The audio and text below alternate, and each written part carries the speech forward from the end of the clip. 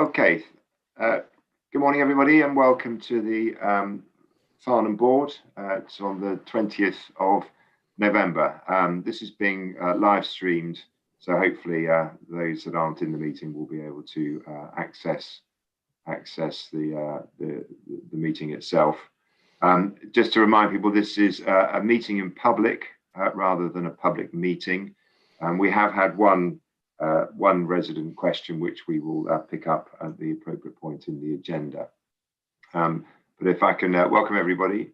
There are just some housekeeping points, the usual stuff around these virtual calls.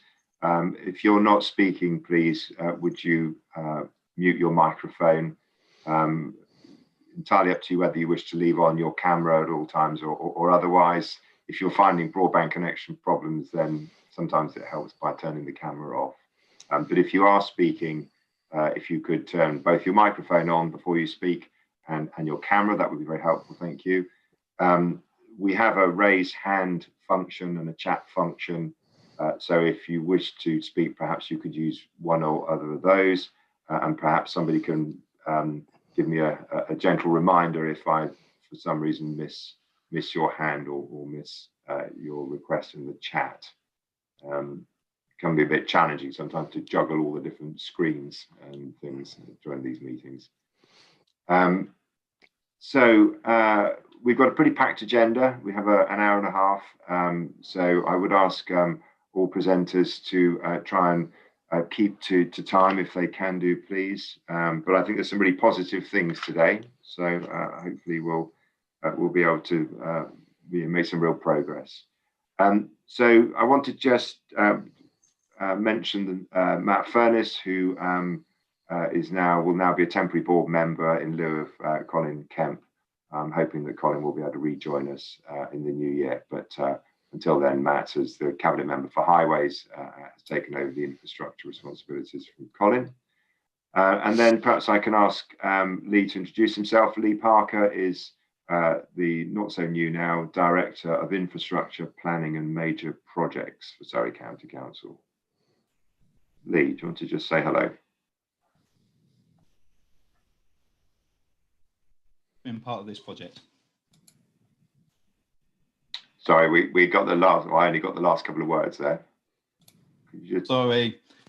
Just say good morning and thanks for inviting me, and I'm looking forward to being part of this project. I've already been out on site with a number of councillors and had a very good day with them as well, so thanks for their time that day.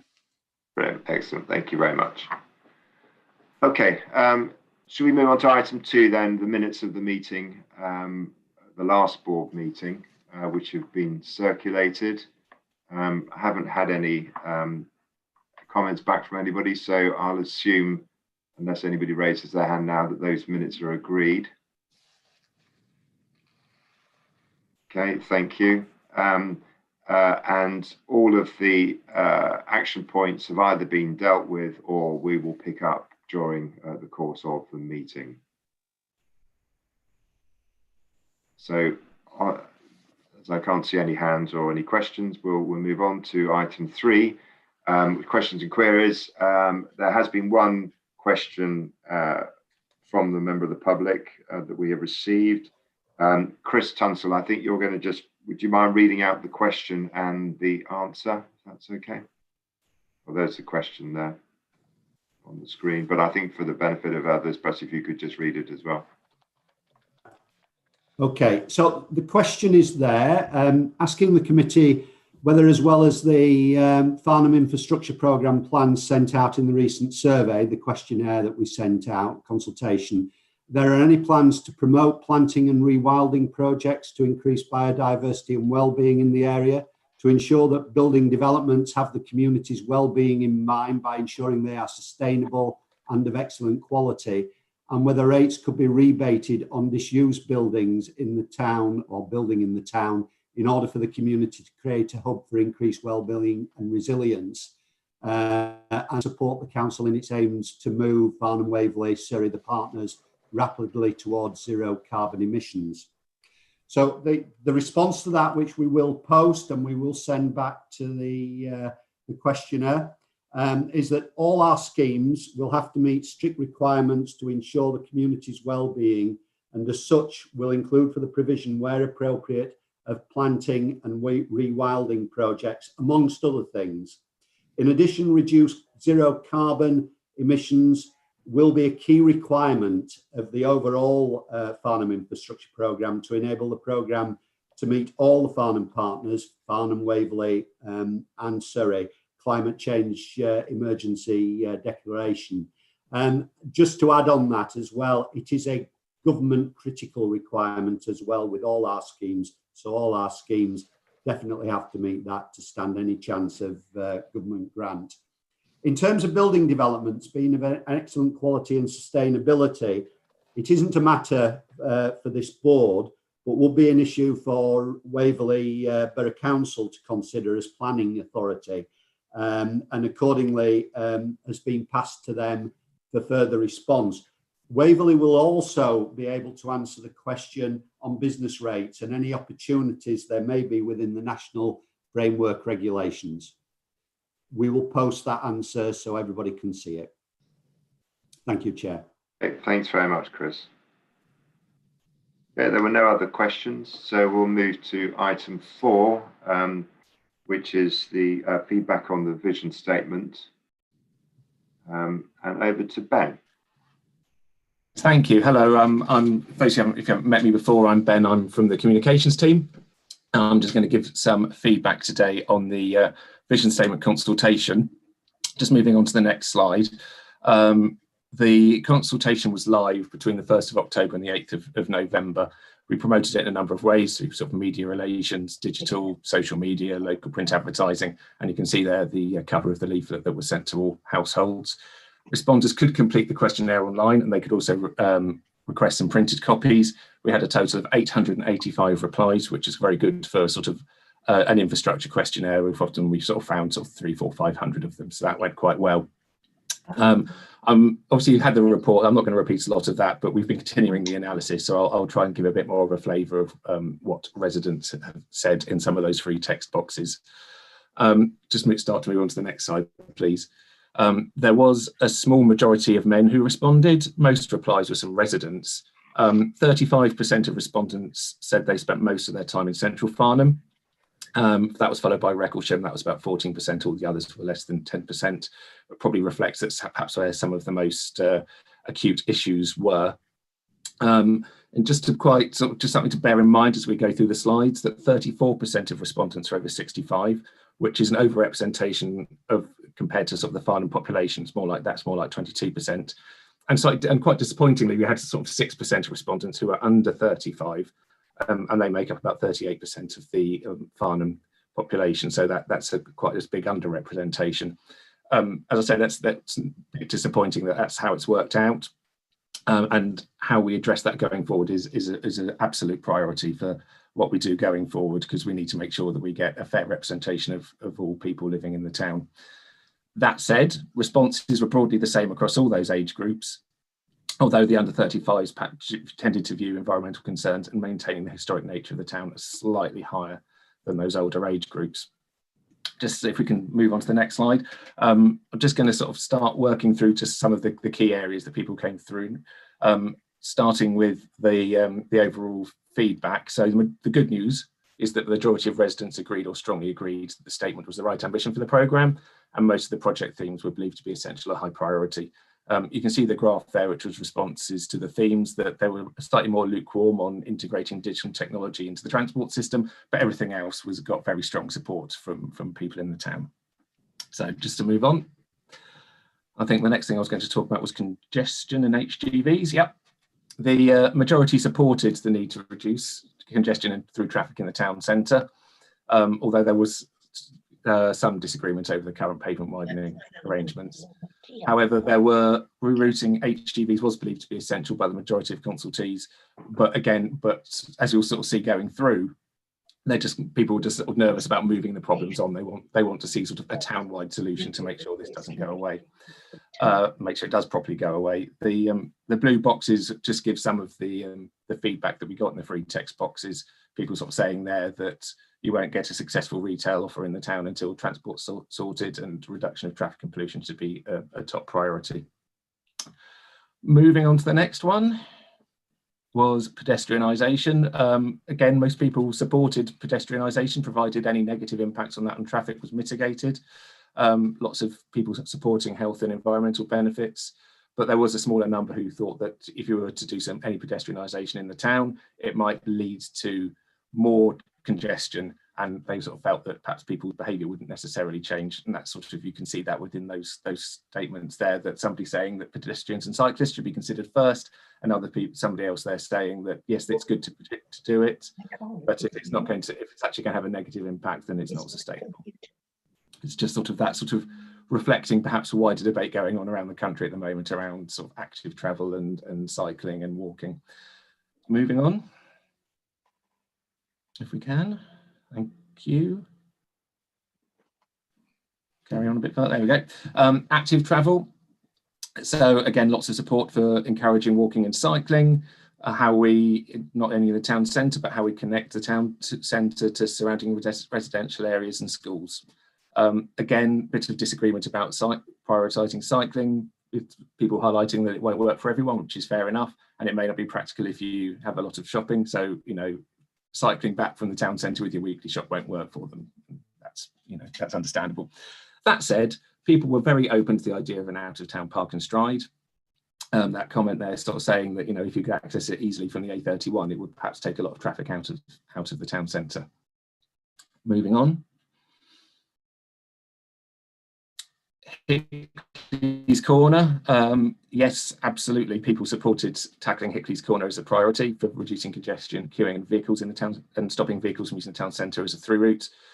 The level crossing came up quite strongly about the need to tackle that at the same time. But then you got sort of the two sides of the view again about the best way to tackle Hickley's Corner is to reduce vehicle movement through public and active transport, while others felt you needed a sort of a harder solution with like something similar to an underpass. Moving on again. And the last of the ones I was going to sort of just dip into was on Recklesham. Majority agreed that sort of tackling transport and speed issues is a high priority, which you can see in those comments there. Residents were also largely in favour of the relief road evolving to a western bypass, but they wanted to have a bit of clarity on what the routes may be before they could give a proper view. So just to give a quick summary of the recommendations, which is on the next slide, was first of all, I think, here it comes, to note the outcome of the consultation, that they consider the feedback provided and it's taken forward as part of the programme, and all of the detailed results will be available to the project team so they can have a look at, including all of those free text comments. And just to reiterate just how significant we think it is that we will do some proper work to ensure people from younger age groups participate in future consultations. I'm happy to try and answer questions. I mean, there's a lot of detail in the data, so I may not be able to answer them all today, but I'm happy to hear any comments or thoughts. Okay, thanks very much, Ben. Yeah, as I said, there's a detailed report which gives some good information. So, yeah, Stephen Spence. Thank you very much, Tim. That's a very good and thorough report. I think it's always unfortunate that we can't get more younger people to engage, but obviously we keep trying. The one point I want to make is I'm very reassured that the majority seem to have come through supporting the kind of changes we want to make. But one thing I would ask is that when you're examining the feedback, and I know you will do this, I'm just underlining it, you could look very carefully at the comments made by the minority, people who didn't like the proposal to change things, who didn't like the proposal to move forward as we're hoping we can do, just to absolutely make sure that those minority views are also fully assessed, fully looked at, fully considered. You know, I've had people put to me very clearly, we shouldn't do anything that stops the flow of traffic, that, you know, cars should move free. And I think people who have those views, I just want to make sure we carefully look at those opinions and factor them in, even though the majority of people, as I've often thought, seem to believe we do need to do something. That was the comment that I wanted to make. Thank you. Thanks, Stephen. Ben, I'll give you the chance to come back in a minute. So we'll just, Paul follows next. Thank you. Thank you, Chair. So obviously, I'm glad to see recommendation 3 in there, because it is disappointing to see a very low number of young people when we're talking about the vision stage, because I think from my perspective, that's the bit that we'd really want their input to, probably more than anything else at this point, because it's what the future is going to be. My other question is, I've read through the document that we've been given quite carefully, and if I've missed this, I apologise, but a lot of the questions are asking residents about things that they'd want. And so from my perspective, do they want to fight climate change? Well, yes, they do. Do they want extra roads and active transport? Well, yes, they do. And so it's not surprising to see quite high percentages for things that residents want.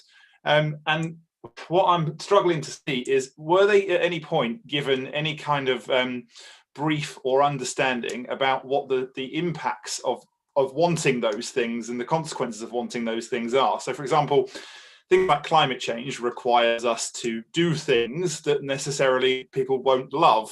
It also requires us to potentially increase taxes, raise costs of things, and cause disruption. So my question is, have residents been asked whether they like lots of things, of which, of course, they then responded yes, but have they been given the necessary context to understand the consequences of wanting those things? And would that have changed their view, do you think, if they were? Thank you. Thanks, Paul. Ben, back to you.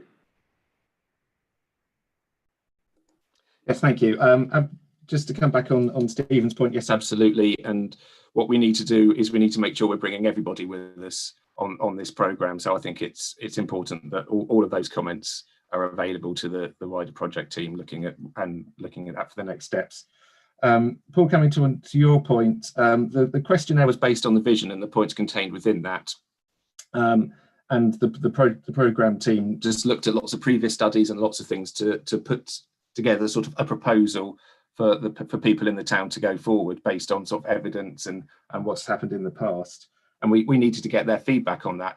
What was important, though, was while we gave a proposal, was actually we just listen at this moment in time. We need to hear their concerns. We need to hear what they wanted to say. While there were lots of sort of fixed questions about some of the points that were pulled out in the vision statement document, we also made sure there were lots of free text boxes to give people that opportunity to put their view across. And what I think will happen moving forward is we've now got this sort of evidence base. There'll be people coming in later on the agenda talking about the infrastructure plan that's underway, and I think that's where it's going to become where that sort of debate can happen, is actually what is actually feasible to deliver and what's their views on what we're proposing based on that. So I think that's to come. Chair, may I ask a follow-up question?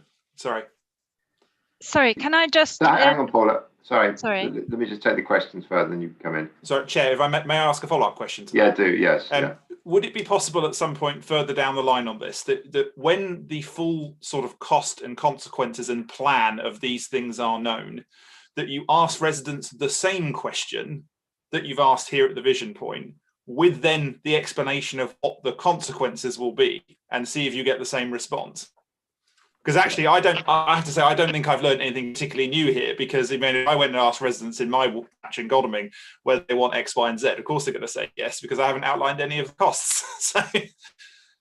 Well, yeah, okay. I mean, I understand the point, and yeah, we clearly what we don't want to do is to ask them to scope out a vision and then say, well, actually, we can't do that because it's just simply not affordable. So I think yeah, we'll pick that up as we go through. But yes, I mean, at the end of the day, you know, this is intended to be a realistic statement of you know, but it is important that we do understand what our residents are prioritising, which might not necessarily, yeah, without the constraints of just putting it into a financial sort of box at this stage. Paula, did you want to add something to that? Yes, please. Thank you, Tim. I wanted to say in response to Paul's concern that what you're raising is valid. However, the way that we're designing the vision is a response to emerging government criteria that is emerging from central government. If you would have seen the announcements on Wednesday about the government's 10-point process on tackling carbon, we've already built those into our vision document, and that is not something we can get out. That's a mandatory thing, regardless of what the cost of, say, putting EV charging in Farnham will be. So what we're saying, that this vision actually puts us at the forefront of that. And in terms of the cost, that's something that we will work out as part of the general movement of central government.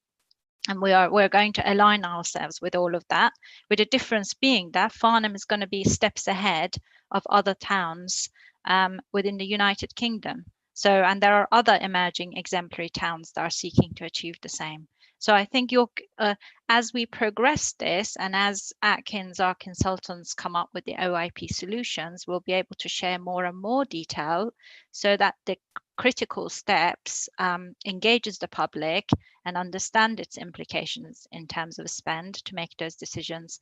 And also a little point, if I may, with regards to the point from Stephen, really valid point, Stephen, that you've raised regarding young people and engagement. And at the moment, the programme team are working to come up with a package of consultation with the schools and the university to actually both engage young people, school-age people, their parents, as well as the university, who is a great resource for us to get ideas in developing our proposals. So that's coming up, so watch the space.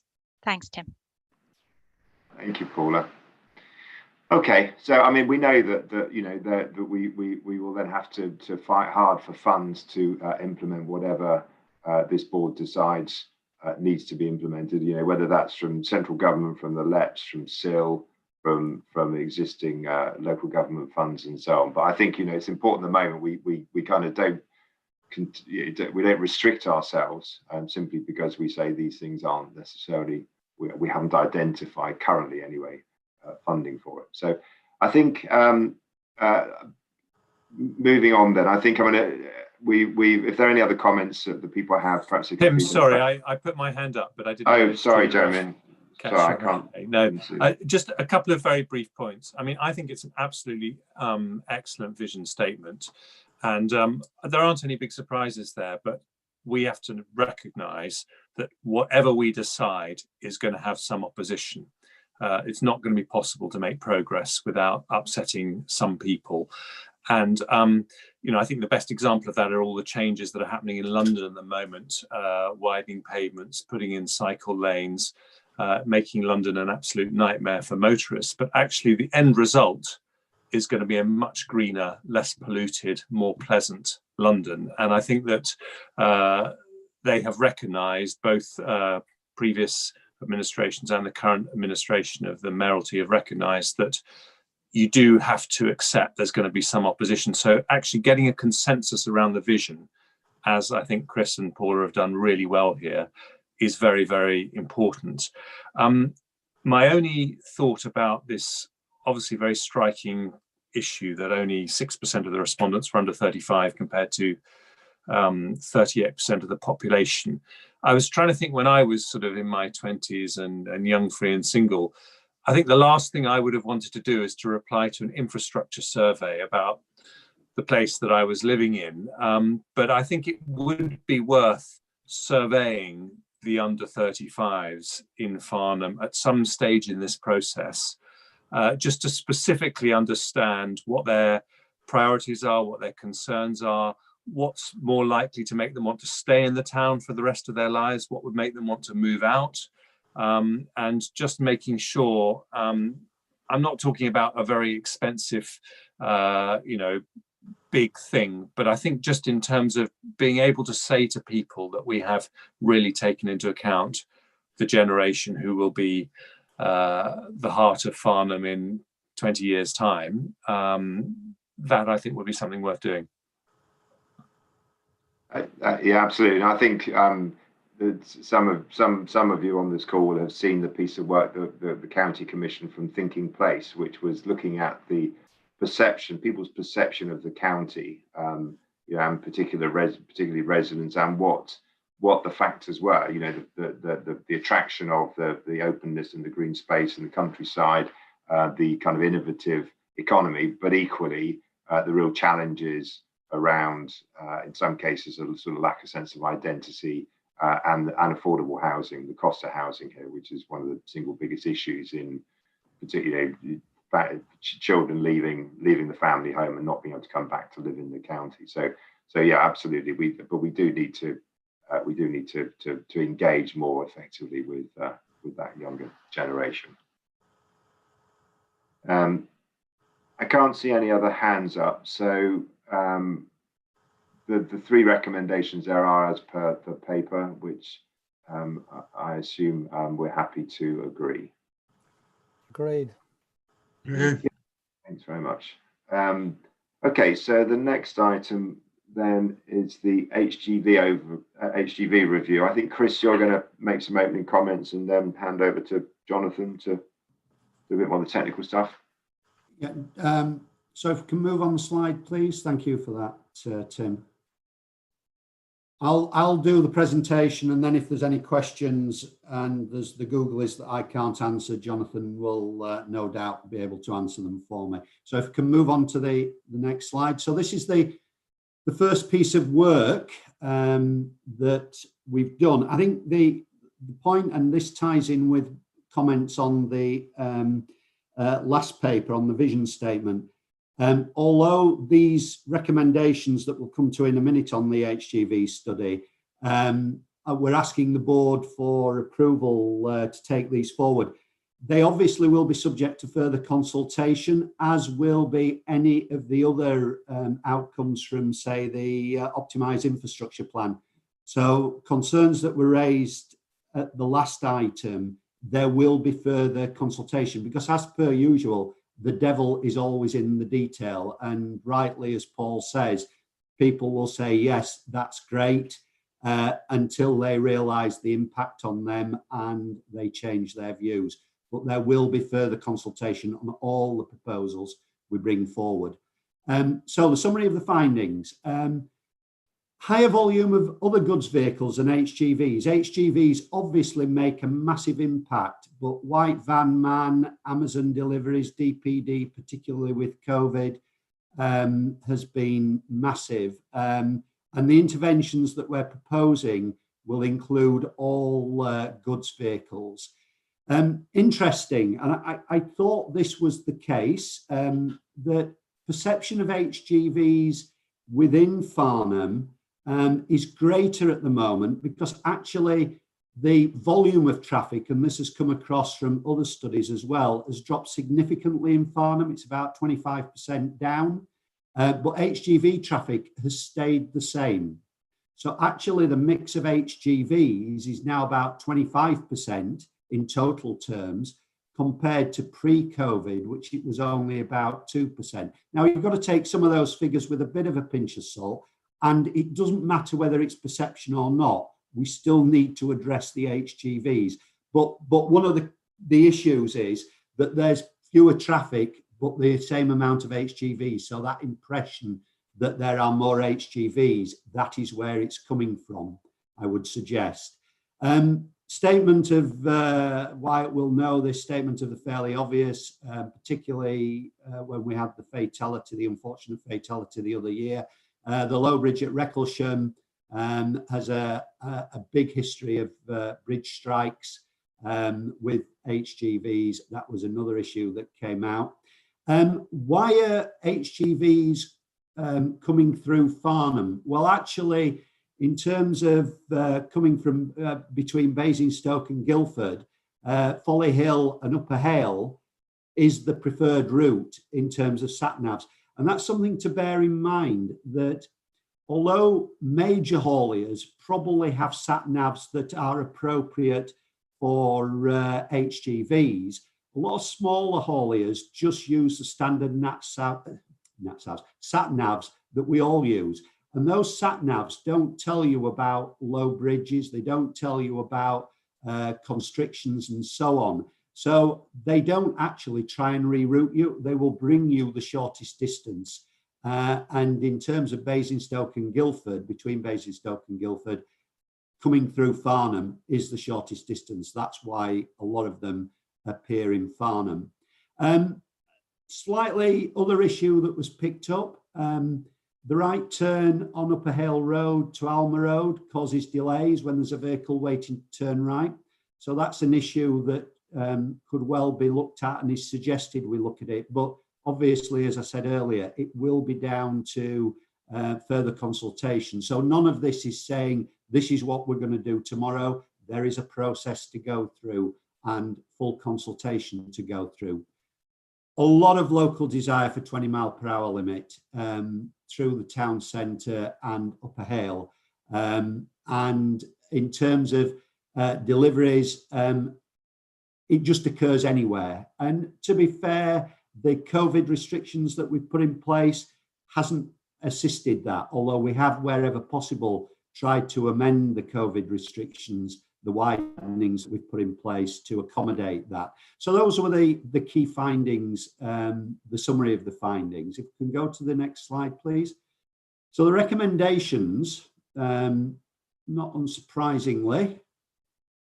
Okay, so to note the outcomes of the study, these then are the recommendations for short-term improvements, but I again say they are for consultation, and they will follow the legal process we've got to go through, and they will follow the Surrey process that we've got to go through.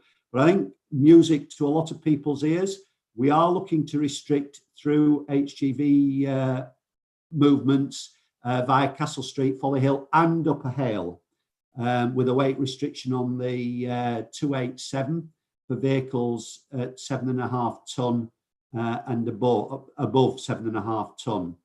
We're looking at temporary loading bays. That was an interesting one that actually came out of the business forum as well, the LLF, that going back to the last point on the summary of the findings, hauliers are just parking anywhere to offload. They've a job to do and they do it.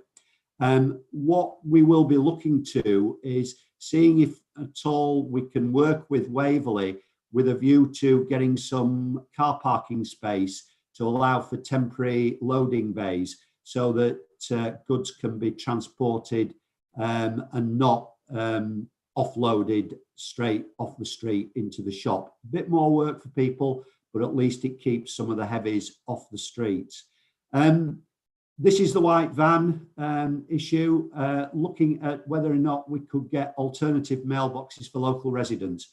I think it's fair to say most of us have seen an increase, if not in our personal increase, in the amount of online shopping during lockdown, and that has increased the number of vans that are trundling around, not the big HGVs, the LGVs and the like I'm talking about there.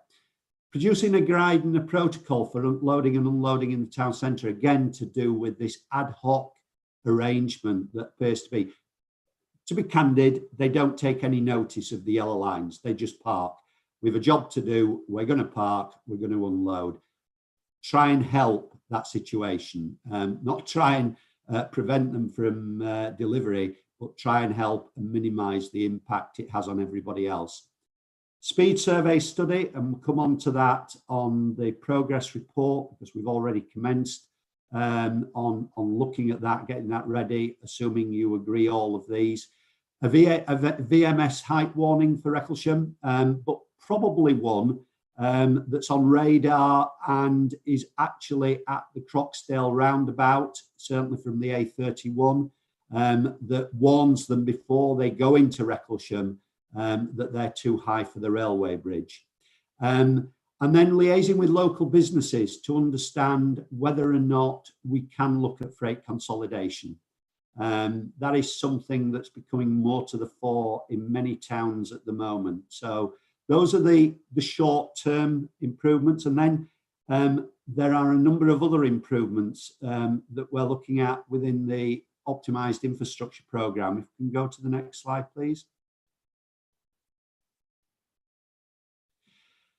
So again, looking at the widened footways, seeing if we can look at some loading pads with time restrictions. So just loading areas basically with time restrictions on them. And we have accommodated that with some of the COVID works. We have amended some of the works to allow for loading and unloading to make it easier for people and to reduce the impact on local residents as well. Refresh the speed signage in Upper Hale, looking at a possible 20-mile-per-hour zone for the school there, but that will be part of the speed study. Parking capacity, variable message signing within the town centre. Now that needs to be linked in, because I have to say it's not by all means certain that all the car parks in the town centre will stay as they currently are, because as you could see from the vision, there was support for car parks that were further out, park and ride, park and stride, but looking at variable message signing. As an aside, there are 2,400 parking spaces. 6% of the population at any moment in time can park in Farnham. Actually, are we surprised at what we get in Farnham? I can't think of anywhere else I have worked, including Cambridge that was high, that has that sort of parking availability. Introduce consolidation centres. This is for freight. Upper Hale on street parking restrictions, all subject to further consultation as well. Consolidation centre as a strategic location, something that I've mentioned in the past. If we had a park and ride, put a consolidation centre there and then bring goods out on electric vehicles or even cargo bikes, things like that. And then the Upper Hale, this is the right turn ban into Alma Lane, but not to get anybody really wound up about that one. That is a longer term view. It was something that was picked up. The actual rationale behind how those were developed is on page 20 in Annex A, and they were basically scored on the basis of -1 was red, 0 was amber, green was +1, against the policy fit. So that was the vision and the themes within the vision that we've just gone out and consulted on. How easy it is to tackle the issues. And the third point was how easy it was to deliver them. And that's how these have been arrived at in terms of the short-term interventions, which are recommendation 2, and then recommendation 3 being the longer-term ones as part of the OIP considerations.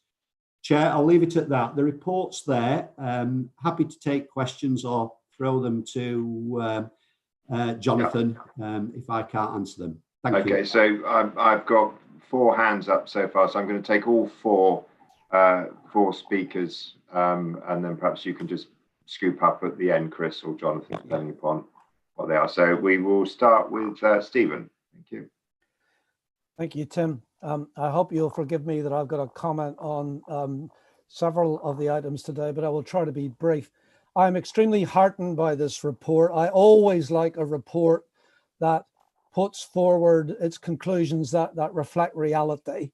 We've moved a very long way from the days when I was told the reason that HGVs went down the Upper Hill Road was because the good burgers of Willow Way were ordering Amazon packages that then got delivered to them in a 30-ton truck. So, clearly that wasn't the case. So we've moved on. The residents on Upper Hale for years now have been timing when the Eurotunnel got out, and in the time that it took a truck to get from the Eurotunnel to Upper Hale, that's when they arrived. So it's always been the sat-navs. Some of the sat-navs I've caught up. I saw Tom's comment there on Google Maps taking people by the correct route, the M3 and the A331, but there are others that have taken them through. And again, residents know that, because on occasions when trucks have ground to a halt when they got jammed in the Upper Hill Road, they've asked the drivers, why did you come down here? And the drivers have said, because the sat-navs took us. So I'm very, very glad that this report has come out as it has. I completely get it has to go to consultation again. I wish it didn't. I wish we could just implement the 7.5 ton ban except for access, but I understand why we can't. And actually that right turn from Upper Hill Road to Alma Lane is something that does need to be consulted about, because there will be various views on that. So it's exactly the right thing to do. So I won't say any more than that, because I don't want to take up too much airtime, but I'm very heartened by it. I'm very glad that the reports come out the way that it did, and I wholeheartedly support the recommendations. It's very good progress. Thank you, Stephen. Thank you. Paul. Chair, a point and a question. My question, obviously you're doing some kind of journey analysis to determine the ratio of people that are going through and are going to a place in Farnham. Could you just in a second talk to me a little bit about how you do that? I mean, is that as basic as somebody actually watching the CCTV footage, or is some of that an extrapolation of data? And just a comment. I know from the previous item that 64% of consultees believe that the rerouting of HGVs is essential, but they then all expressed, a lot of them expressed concerns about where they'd be routed to and about deliveries. And that, by the way, in my view, illustrates the point I was trying to make earlier, which in some cases they can be very in favour of something, but the actual solutions are then contradictory to that, and the consequence not understood until it's happened. I think that's showing that here in this very point. So I'm very pleased the Farnham councillors are happy about this. Obviously this is their patch, and that's absolutely their prerogative, but I think it does just show actually that the consequences need to be understood, and maybe people's being in favour of it will change when it is. But otherwise, my question on methodology. Thank you. Okay, thanks, Paul. Next, Andy McLeod. Thanks, Chairman. Like Stephen, I very much welcome this report, and it contains a lot of valuable information and very good ideas of how to reduce the heavy traffic and goods traffic through the town. The one thing that doesn't come out quite clearly enough to my mind is that, as Paul and Stephen have said, that there is some essential traffic that's got to come through the town. Even HGVs have to come in to deliver to the supermarkets like Waitrose and Sainsbury's and so on. And there's other goods traffic like Amazon deliveries and so on. Now, one of the big problems in the town centre is that pretty well every vehicle going through the town has to, at the moment, go through the narrow roads with narrow pavements, like the narrow part of Downing Street and the narrow part of the borough. Well, the whole of Downing Street is narrow anyway. And by restructuring the town centre roads, you can actually change a lot of that. And that, to my mind, doesn't come out quite clearly enough in the report, that we should be looking to rethink how this central gyratory system works. And we can actually, just to take one example, if you allow right turns at the bottom of a Downing Street, who want to go east, that traffic then doesn't have to go through the borough, it doesn't have to go up Downing Street. And I could give other examples as well. And that, to my mind, is a very valuable report. And that, by the way, would also help with air pollution. So that doesn't come out quite clearly enough in this report, and I think it needs to. Thank you, Chairman. Thank you, Andy. John Ward. Thank you, Chairman. Well, you know, I'm delighted this study's been done and there is a potential solution in sight. I mean, for years we've been told it's impossible to do anything about these HGVs. So I think this is great news, and we're looking for a quick win, and so are our residents, obviously, and I think this will be really appreciated. We're often accused of being a talking shop, and I think people need to see real action.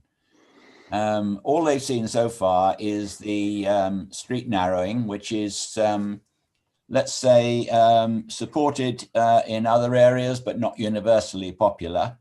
So I think if we need to give the public a firm date on which this is going to happen.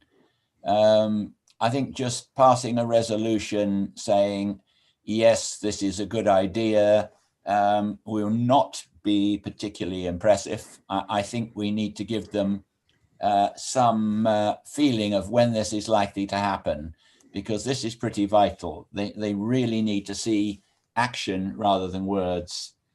And just picking up the height restriction comment at Recklesham,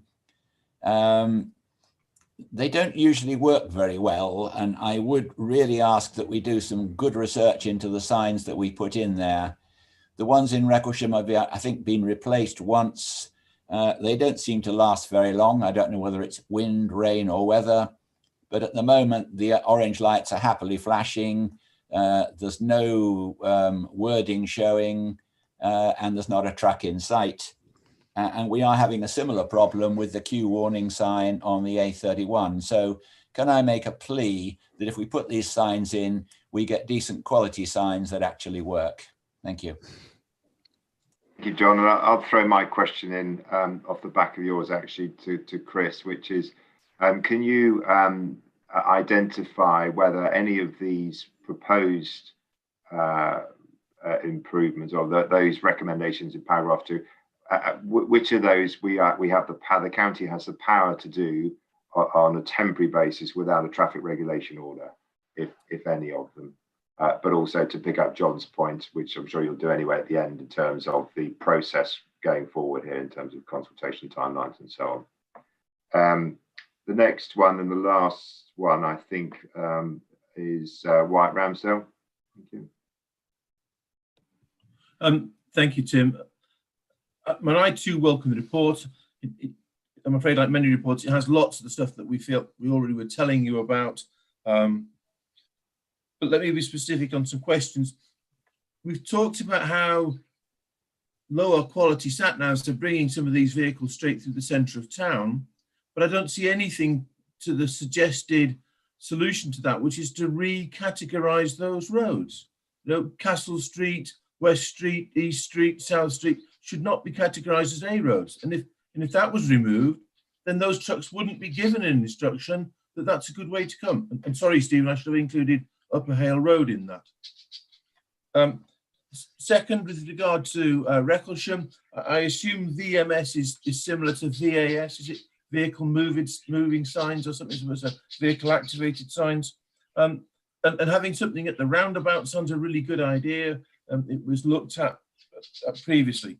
So, but what seems to be taking so long, because I think this report was going to tell us, yes, we can press on and do these things, is, you know, a VAS, sorry, a 20-mile-per-hour zone, you know, after Christmas would strike me as a quick win, not yet another study. A 7.5-ton ban, okay, there's a consultation, Stephen, I accept that. But that categorisation of roads, can we not please crack on and do it? It doesn't even seem to have been considered. Thank you. Thanks, Wyatt. Okay then, Chris, back to you. Thank you. Thank you. So can I make a general point straight which actually addresses some of Wyatt's and some of the other comments? But it goes back again to what Paul was saying earlier on. People will sign up to a lot of things when they're very general, and it's when it affects them that they suddenly realise and suddenly start having an issue with them, which is why we really have to go out to consult again, because people have to understand the implications of what they're voting for.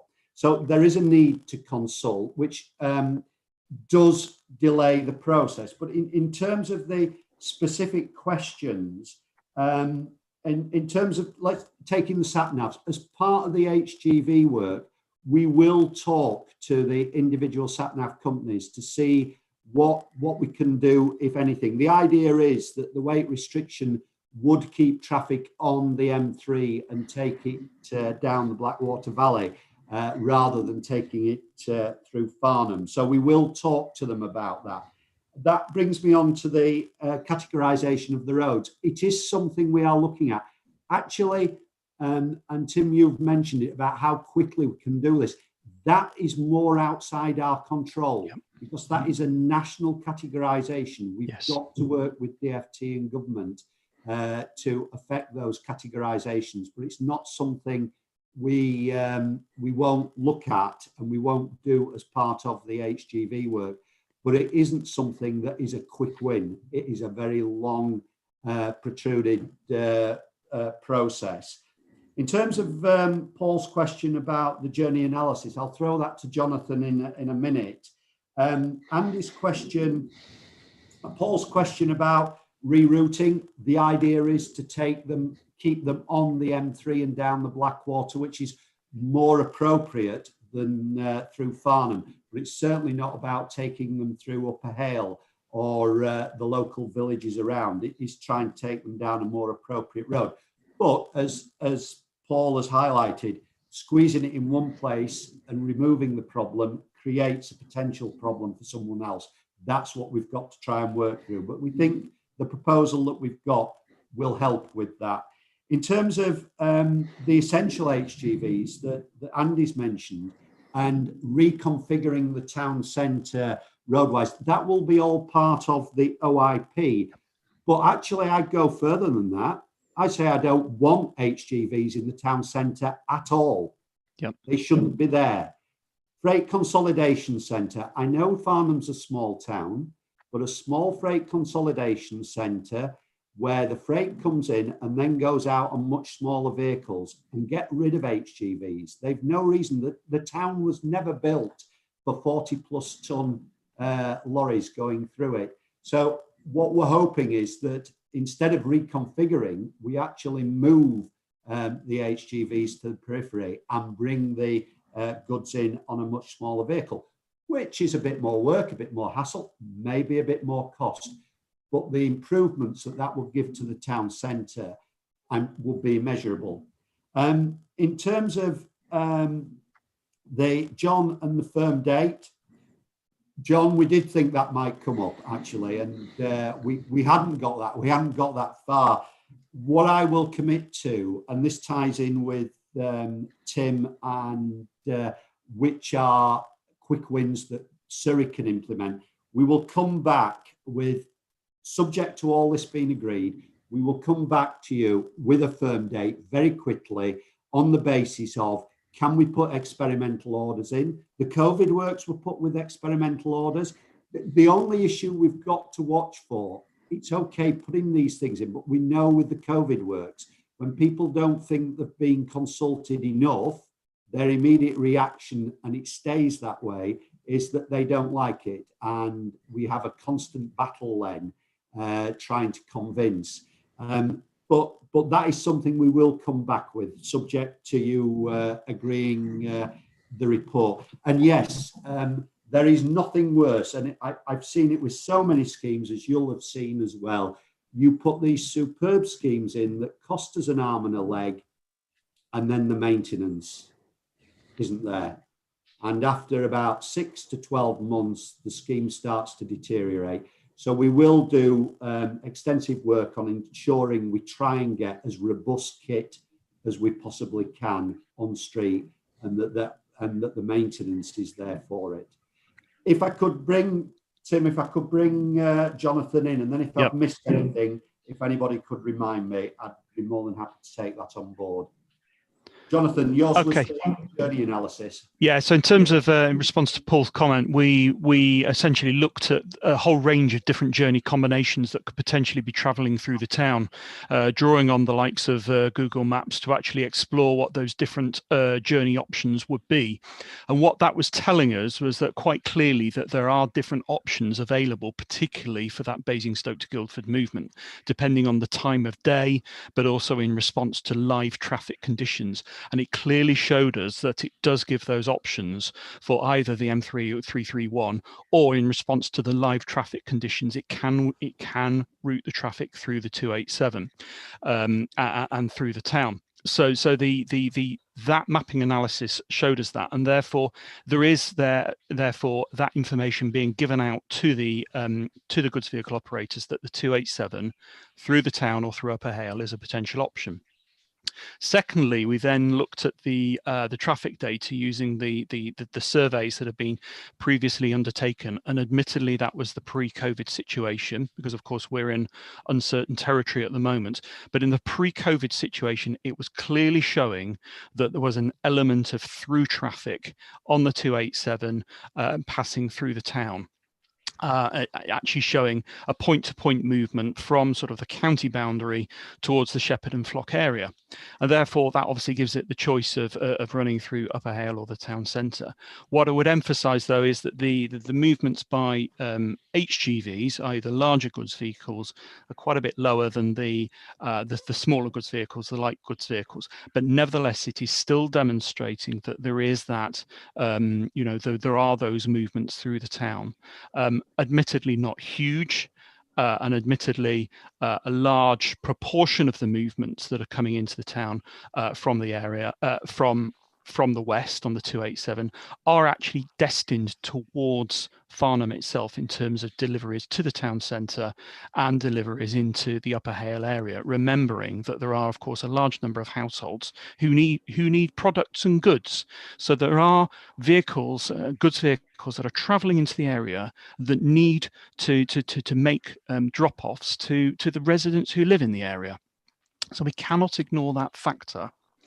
But you know, it does demonstrate that there is some through traffic, and therefore it is a good idea to investigate a traffic management scheme that would better manage those through movements that simply do not belong in the town because they are making those longer distance journeys, and therefore that's why we've identified this program of interventions, and of course, when we're looking at introducing restrictions in Farnham, of course, we've got to recognise the issue of the county boundary and how we would work with colleagues at Hampshire and with Highways England in terms of introducing those traffic management restrictions. Does that answer the question, Paul? Thank you for that. That's very helpful. Thank you. Yep. Okay, is there anything else you'd like me to add in terms of the questions people have raised? I think, Chris, you've otherwise answered them pretty comprehensively. But I think the next point is that we're now going to be working with Chris and Paula to actually work through the programme of what needs to happen next in terms of liaison with colleagues in Surrey in terms of actually scoping the programme of how quickly these measures could be introduced. Okay, thanks, Jonathan. Chris, I think that, is there anything else you wanted to add? Any final comments? Just to answer your point about Wyatt, I think you must have dropped off. I think Chris's answer to that was that recategorising roads is obviously not something that the county council can do. It's a Highways England Department of Transport issue. As you would expect, it won't be that straightforward. It is in the mix in terms of progressing those conversations, but it's not, I'm afraid, a kind of an easy, quick win. I think that's how Chris answered it anyway. So, Chris, look, I think from the conversations you and I have had, we are all impatient to move forward with the HGV bans.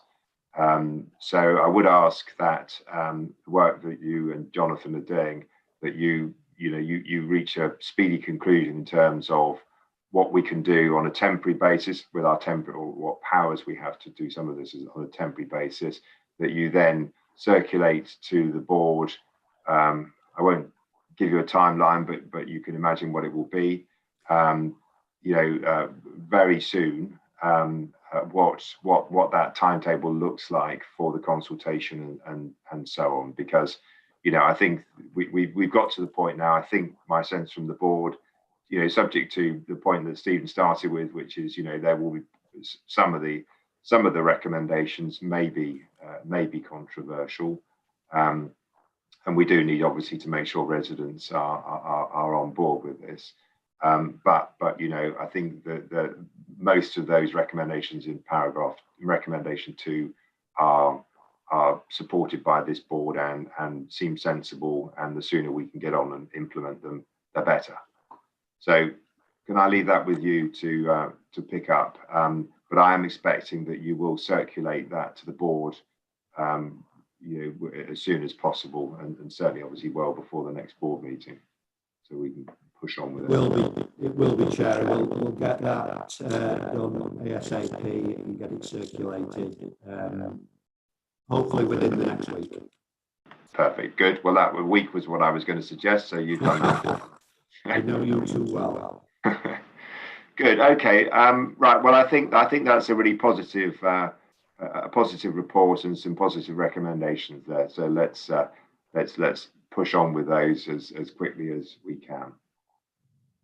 Okay. So we'll now move on to item 6, which is the progress update on all the other pieces of work. I think back to you, Chris. Okay.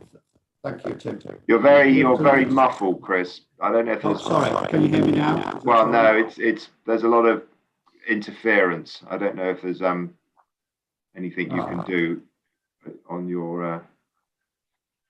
Is it any better now? Someone was moving. No, not really. No. Hang on. How's that? No. No better. No, I'm afraid you probably need to come back in again. Can I suggest that you take the optimised infrastructure? Yes, that's going to do that. Yeah, Jonathan can do that. Yeah, if you. Chris, have you got a loose connection? Well, I think in good IT advice, turn it off and turn it on again. Yeah. See whether that this works. was my slide anyway, Tim. So this is one that I was going to cover. If you want me to cover that then, one. Paula. Yeah, absolutely. This slide was to just share with the board that we have been extensively engaging with Surrey's neighbours, with East Hampshire, with Guildford, with Hampshire County Council, with Hart and with Rushmore as a priority, because what emerges in our boundaries will have a dramatic impact on the solutions that we provide for Farnham and to ensure the sustainability of the solutions that we provide. So we just wanted to let you know that that is on the way, and we have had very positive engagement from all the borough and district councils in terms of creating that a solution that regardless of the county boundaries and borough boundaries in terms of, for example, walking and cycling, so that we are fully integrated and deliver something that is of best use to the customer, the end customer, who travel regardless of the county boundaries.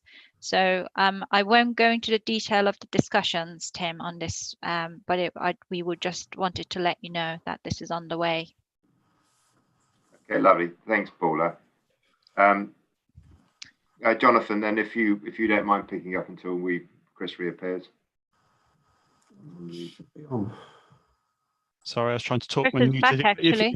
If you could move to the next slide, please. Okay, it's view further down. You're fine, Chris. Now, if you want to pick it up. Can you hear me now? Shall I take these slides? Okay. Sorry about this, Tim. That's all right. No, that's fine. That's fine. I've never ever been accused of being muted before, so I don't know what went wrong there. Well, you weren't muted. And I can't mute you actually, which right. I've got the power on this system to do that. Sadly. You can hear me all right now? Yeah, we can. Yeah, that's much better. Great. Right. So obviously, there's been a number of reports on the agenda anyway, so won't go through all those updates. In addition to all of that, we've developed a program execution plan, just detail about how we manage the business. Key bit as well, though, we've got a risk register as to what potential risks we've got with the program itself. The OIP, which Jonathan will come on to, is ongoing, and the LLFs are ongoing as well, and we'll come on to that in a short while. In addition to that, the bit of bad news is that we did make a bid for the electric buses. We weren't successful.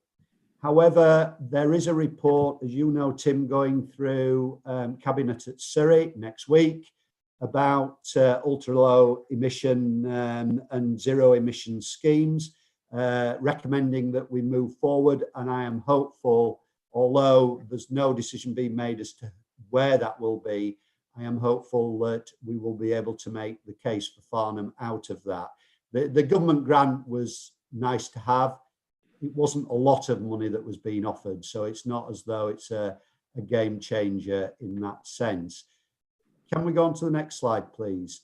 20 mile per hour, and that was something that Stephen had flagged up. So we are moving straight on with 20 mile per hour.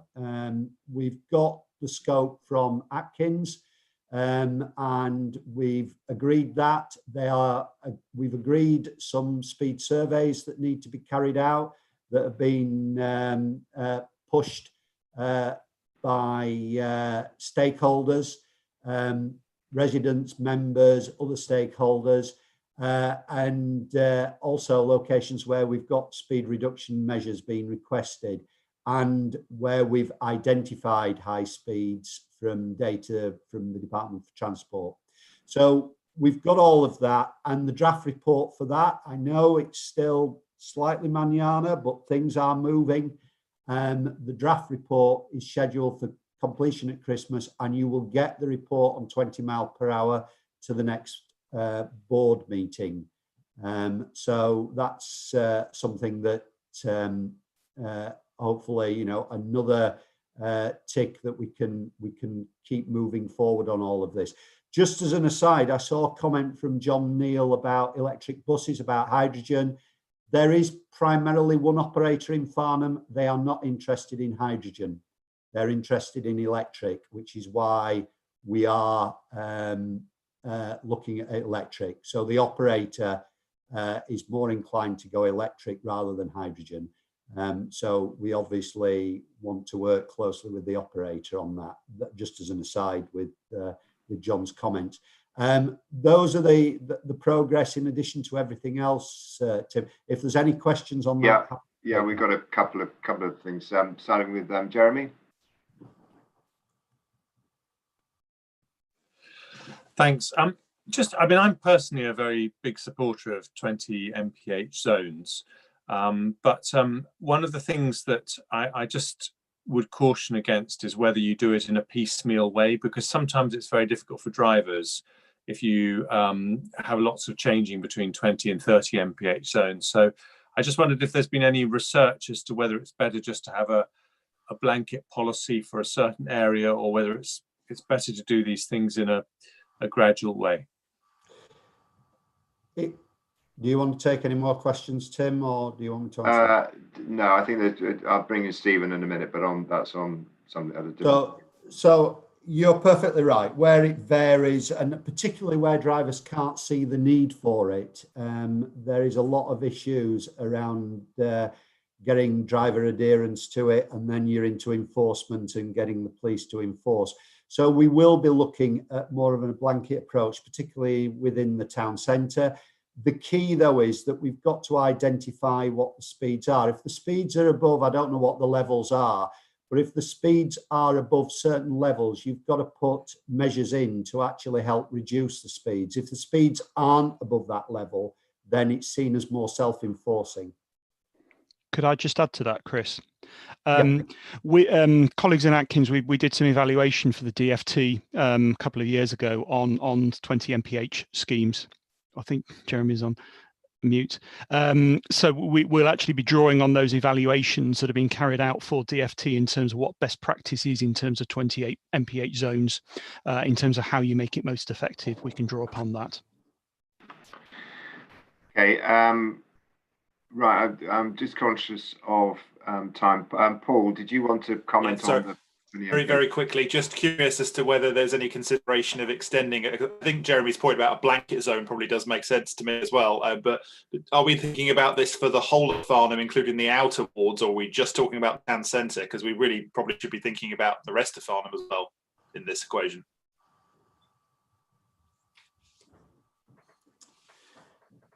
So primarily it's within the town centre, but there are some locations on the peripheral areas as well where we're looking at speed. Jonathan, do you want to add anything on that? Yeah, it's primarily focused on the key town centre locations, but we have got some other places like through Hale, for example, where we've got surveys identified. Can you circulate those other locations offline? I'm sure we can, yes. Yeah. Thank you. Okay, Stephen, you got a comment about cycling code works. I don't know if you want to pick that up now or under the active travel update. I'm happy to do it under active travel. Yeah, should we do that then? Yeah. Okay. Jeremy, your hand's up. Is there another point, or is that an old hand? That's down. Thank you very much. Right. Okay, Chris. So we're now starting to run tight on time. So okay. So push forward. Jonathan, if you can give a very quick update on the optimised infrastructure plan. Yeah, I'm going to rattle through now. So next slide, please. So yeah, the diagram here, I think you saw it at the last board. We're now in the phase of developing the objectives, essentially what it is we need to achieve for Farnham, which is taking on board the evidence that we've been collating from the analyses, from the transport models and the data, but also the outputs from the consultation. And the feedback that Ben's just provided, and at the same time now we're now developing the long list of options to respond to the issues that we've identified, with the intention that this will all be feeding into the draft OIP that we'll be bringing to you at the next board at the end of January. Next slide, please. So I'm going to focus now on just some of the key messages from the analyses that we've been undertaking. Yeah, if you could bring that slide up, please. Thank you. And I think the critical point, the root cause of all of our challenges, is just the sheer amount of travel, particularly by car, that we have in the Farnham area. So people travel significantly more than the national average in Farnham, and that's obviously driven by very high levels of car ownership, which meaning that because obviously people are highly motorised, relatively few people are walking, cycling and using public transport. And of course those high levels of car use are the fundamental reason why we have these problems with the town in terms of congestion, air quality and safety, and the well-rehearsed problems that we've been talking today about, severance to people walking in the town, and obviously the impacts on environmental quality. What we found is that the goods vehicle volumes are similar to other towns in Surrey in terms of the percentage of the overall flow, but of course the issues that we've got is the sensitivity of the town. The percentages might be the same, but of course they're trundling through medieval streets. Most of the traffic is servicing local needs, including our local households and shops, as we demonstrated with the HGV study. But of course, we've got to recognise that they have significant impacts in the town. So we do need to rethink about how goods vehicle traffic is accessing the town and opportunities to do things differently. In the town centre, we can see that both from the evidence and what stakeholders are telling us is that it's dominated by its road layout. It's interesting that in the town centre, we only actually have 2 traffic signal junctions. We also have the pedestrian crossings, but the actual junctions, we only have 2. But the town is still gridlocked, and that's being driven by just the sheer volumes of traffic that are travelling through. And of course, it's impacting on the heritage of the town and its quality of place. So my challenge is, a challenge to all of us is, I think we do need to reset the way that we think about this. We need to be focusing on the quality of Farnham as a place, and how do we get the traffic system and the way we travel to support that agenda. But the big challenge is that with the scale of growth that we have in the area, with obviously with the strength of the economy, with the forecast growth in jobs and homes, because people want to live in the area, traffic volumes are going to increase, and therefore the problems of congestion and safety are potentially going to worsen set against that backdrop. But we also have the climate emergency. Within the climate change strategy, we need to be delivering a 60% reduction in transport emissions by 2035 against the business as usual. And that is not going to be easy. Of course, we have the government announcement on the 2030 ban on sales of petrol and diesel. We've already tested that using our carbon model, and it's indicating that in itself isn't going to be enough. Whilst it might be it might get us there to 2035, the important thing is the pace of change that we deliver. Essentially, it's leaving things too late. It's not only the total scale of change we need to deliver, but the pace of change to ensure that we sit within our carbon budget. And therefore, it means we need to be taking action now, and we need to be looking at how we can reduce the numbers of journeys by cars and goods vehicles in Farnham. So this isn't just a goods vehicles problem, it's the numbers of cars that we have in the town. And of course, that needs to be set alongside the agenda for electrification of the transport system and a rapid uptake in the delivery of EV charging to support that agenda for electrification. But fundamentally, we're also going to need some really quite profound changes in the way that in our attitudes to travel. Across the wider southeast, but particularly in this context in Farnham. If this is going to be an exemplar plan, we need to be changing people's travel behaviours. And ultimately, so in addition to that behaviour change, clearly we need to be creating a transport system that is going to be attractive to help people walk, cycle and use public transport. And importantly, what we're seeing is that if we want to have a measurable impact, we cannot be looking at marginal changes like a 20% increase in walking and cycling. We need to be looking at multiple changes, tenfold increases in the numbers of people cycling, tenfold increases in the numbers of people using public transport if we are going to have any measurable impact on the challenges that we face. So that's an underlying challenge that we have if we're going to make this work, if we're going to create a high quality place, if we're going to tackle the climate emergency, and ultimately if we want Farnham to be a place that is going to be attractive and people are going to want to live and work in the future. Next slide, please. Okay, Jonathan, I'm going to have to hurry you up a little bit, please. And just next slide here is literally just the next step. So the important thing is now we're working at pace, and we'll be presenting the draft OIP to you at the next board meeting. But you can see here that this is going to be an infrastructure plan, but also we need to be looking at how we're going to deliver those changes in people's behaviour in Farnham, both residents and workers, to get the town working and to create a place that people want to live and work in the future. Thank you. Yeah, so and it's not taking questions. Not just in Farnham; it's across the whole country, isn't it? I mean, that's Indeed. The challenge, isn't it? To getting vehicles off the road, converting gas central heating to electric, and so on. There's going to be all sorts of challenges when people realise what they need to do to help deliver those targets. Absolutely. Okay. I won't take any. There aren't any points at the moment. But thank you, Jonathan. I mean, we'll have a good discussion about this in more detail at the next meeting. Yep. Can I just move sort of swiftly on then to Paula, just a very quick overview on the timeline before we just touch on the active travel? I think very briefly, I'm delighted to say that we're on programme. So we started back in March and we are still fully on programme for the delivery of the OIP as requested by the board for early new year. And we have our consultations are well on the way in terms of joining up the local plans into this process, which is going to be really key in identifying options that are going to be robust. So on the screen, you're seeing a high level summary that shows the key steps we'll be following in terms of undertaking public consultations around developing a business case and the route for that business case, which is we will be again sharing that and getting approvals for that through the board, whether we go a program-wide business case or whether individual business cases. You'll see that the program is currently showing them at individual. Then we will go into the various design phases from feasibility into detailed design. Our long lead items around land assembly and CPO. Currently in the program, we've had to make some assumptions on this.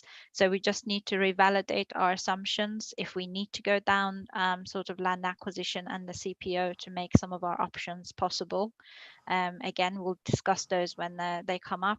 And then planning applications and approvals. Once again, there are caveats and some assumptions in this program, but currently we are on program and the 15-year process has been built in with all the steps that we need to go through.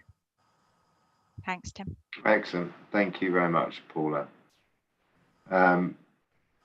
Okay, so we've just got the last two items, but I think we'll probably want to spend a bit of time on the active travel stuff. So, Chris, do you want to just... I'll try and do it quickly, Tim. I know there'll be questions. The orcas, as members will know, are being put in. They do look, even I think they look very good. Just be aware there were some issues at the business meeting, which no doubt Wyatt will touch on.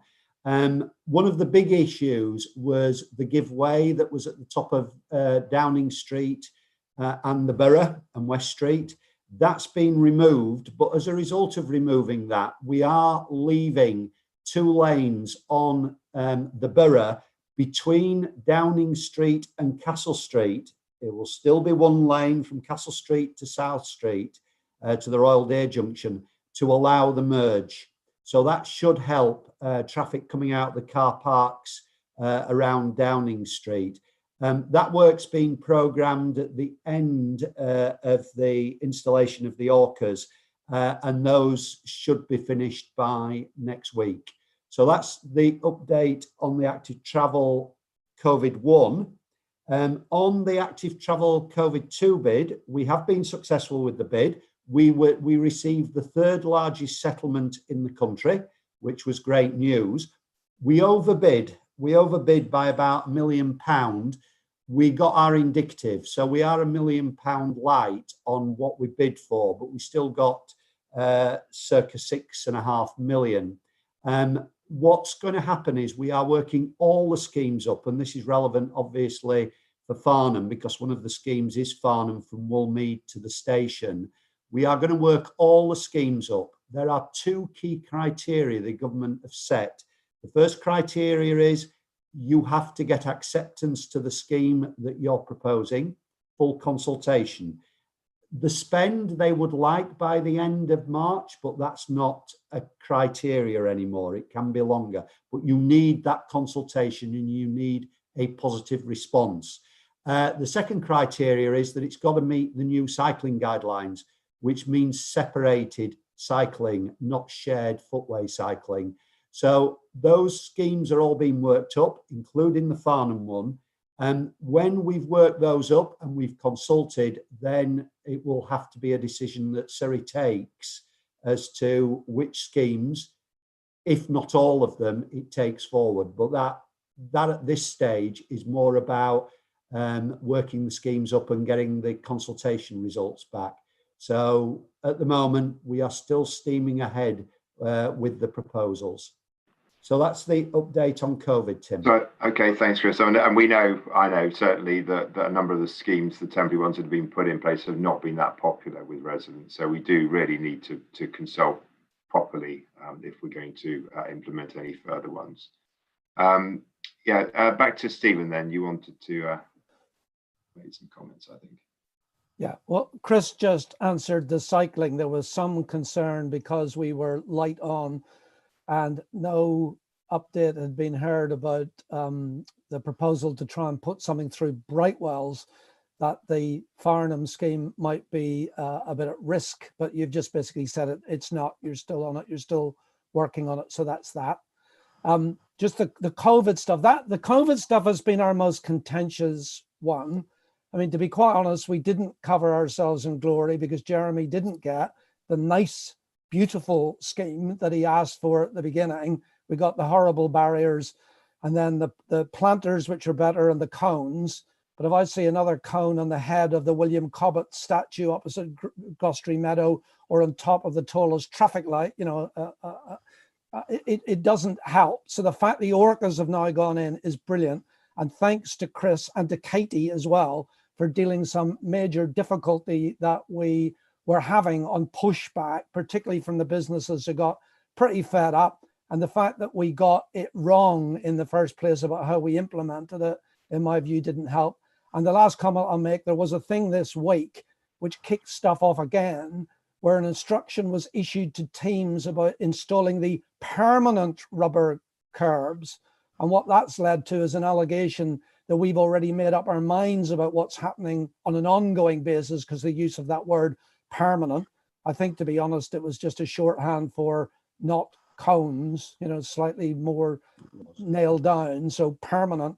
But it does show how we have to be really careful on this stuff as we move it forward, because a conspiracy theories come out of that we've had from the very beginning, a desire to narrow the roads and we're only consulting people for the sake of it. We're not really serious about it, which is not true, because of course, if we conclude that it hasn't worked, the Orcas will come out and we will return to how things were before. I hope we don't, but I think the people who have that view have got a right to be concerned when we get it slightly wrong. And I accept mistakes happen, so I'm not going to be too hard about it. But again, thanks to Katie and to Chris. And Chris, it was really interesting to hear you sound like a Dalek earlier on. I'm glad you've gone back to normal now.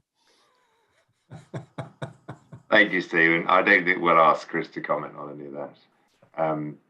Okay, look, I think we've got 2 items and 4 minutes. So should we move on to Brightwells? And very briefly on Brightwells, Tim, the proposals just to do the widening works on the south side of East Street adjacent to Brightwells will work. We don't want to do any other works there. We want to delay those. Crest Nicholson are happy to go down that line. I've had WSP, another consultant, looking at that. And I'm going to hit the button today to say to Crest, colleagues within Surrey and colleagues within Waverley, that our preferred option now is to minimise the 278 works.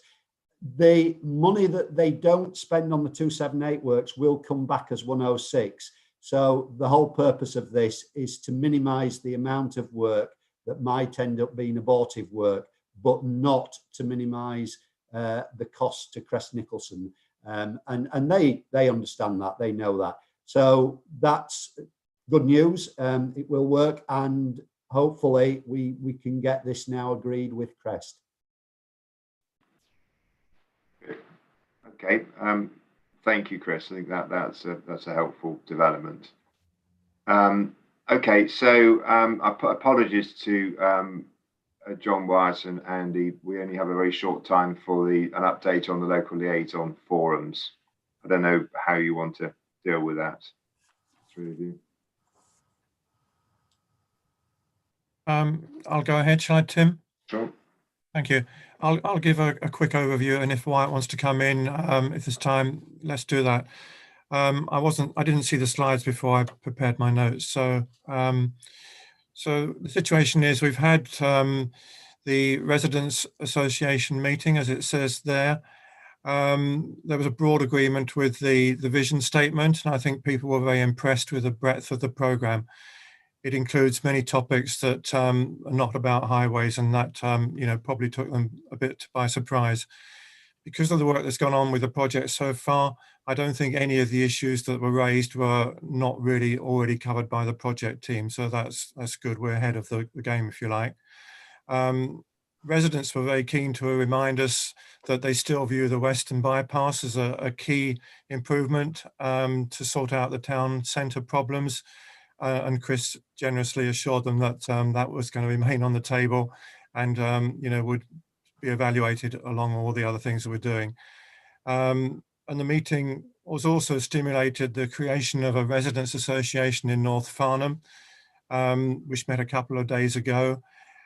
So we can expect quite a vigorous input from that area as we go forward. On the business event, that was attended by about a dozen businesses and a few other people. Not as many as we would have liked, unfortunately, because the date clashed with the Prime Minister's announcements of the lockdown, and that sent the local retailers into a bit of a spin. The meeting was also hijacked a little bit by complaints about the town centre congestion, which was suffering because of the treble blow of planned gasworks, some emergency gasworks, and the diversions from the South Shepherd and Flock work that was going on there. So anyway, once we moved on from that discussion, there was some quite constructive discussion about pedestrianisation and arrangements for deliveries and things like that. And also other topics about revitalising the independent retailers and how the retail sector will look after the Brightwells was opened. So, there's some positive things that came out of that. But since there's not many people there, and since it didn't really attract the bigger businesses that we really want to be speaking to, the main stakeholders, if you like, we are planning a follow-up meeting, which will be by invite really to some of the key businesses in the town, and to see what they've got to say, and that'll probably be in the new year somewhere, not fixed yet. moving on to where we're going John, next. if I could just come in briefly, please don't underestimate the amount of concern from the businesses about the current arrangements. Some of them are saying, look, you can talk about the long term, but if we don't survive the short term, we're not going to get there. And I felt that there was warmth to the idea of trying more different ideas. We got them to agree to giving us a bit more time. We got them to agree to a second meeting. I don't know agreeing that we make that invite only, but we certainly, if we do, should invite the people that came to the first meeting. And secondly, we need to be seen to, as well as actually trying some alternative schemes that might make some improvements. We've got some suggestions out of the meeting. Thanks, John. Thank you. So those are the two meetings that we've had. The next one we've got is next week, and that's called a community meeting. It's very much picking up on what Paul and Jeremy and Ben mentioned, about this age group problem. We've been trying to target some of the younger people by the various messages that we've put out. Hopefully we'll get quite a few of the slightly younger age group, probably not many in the 20s, as we all know. So, we are trying as hard as we can to get younger people involved in this. So the next meeting on the community one, that should be quite interesting. Obviously, the town centre street scene will be centre stage, but we also want to hear about neighbourhood issues and connectivity across the town. And we'll be talking about active travel, use of cars and buses, and we'll be looking to see what appetite people have got for all these, changes in attitude that we've all been talking about this morning. And we also want to, throw at them the questions about climate change, air quality and biodiversity, because as Paul has mentioned, there's a contradiction there in what people want and what they might want to do. So this should be quite a stimulating debate. If any of you can join us on that one, please do. And following that, we've got the one about the town centre in December. And that's followed by 3 early in January to cover the major road issues. And last but not least, we have got one aimed at talking to young people in particular with their leaders and helpers. We haven't really worked out how we're going to do that yet, but we do want to have a special engagement with, with young people. I've just seen a note there from Tom, which we'll have to look at in terms of dates. So all these meetings are scheduled now before the next board meeting, Tim, and I'll leave it at that. Yeah, no, there's a comment from Paul about making sure we market these to as widely as possible, which I'm sure we're doing, and also for me, and the minutes of the LLF are on the Farnham Town Council website for anybody that wants to read them. So thank you very much. I mean, I think that they're really good events, and hopefully we'll get some good or further feedback. So sorry to kind of rush you through that. I'm just conscious of that. No doubt everybody's got other meetings they'll need to go to. I think that ends the formal agenda. I think we've got the next board meeting on the 22nd of January, where we will be spending time on the OIP. I think we are collectively making some genuine progress here. I know that everybody, me more than anybody, wants to actually see things happening now on the ground. But I think we've done some really good groundwork here. We've got some very positive input from residents. We've got a vision statement, I think, which is really useful as a roadmap. We just need to get on with these things now, which we are. So I thank you to Chris and Katie and the team for all that they're doing. This is, as you can see, and as you know, there's an enormous amount of resource going into this project, and quite rightly so. But I do believe that all 3 authorities are giving it the time and effort and energy that it needs and that was promised.